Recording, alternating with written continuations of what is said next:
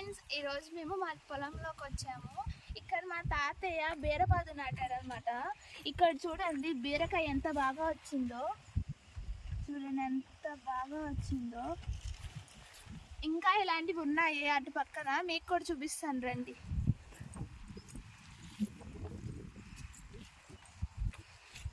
చూడండి ఇదైతే చాలా బాగా వచ్చింది.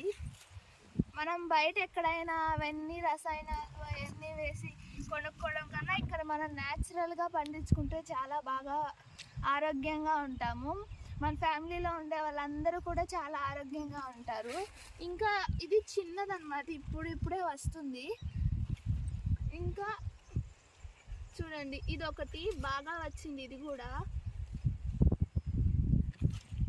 ఇప్పుడు ఇది మనం కోసుకుందాం. ఇంకోండి మా పొలంలో కాసిన బీరకాయలు చూడండి ఎంత బాగున్నాయి.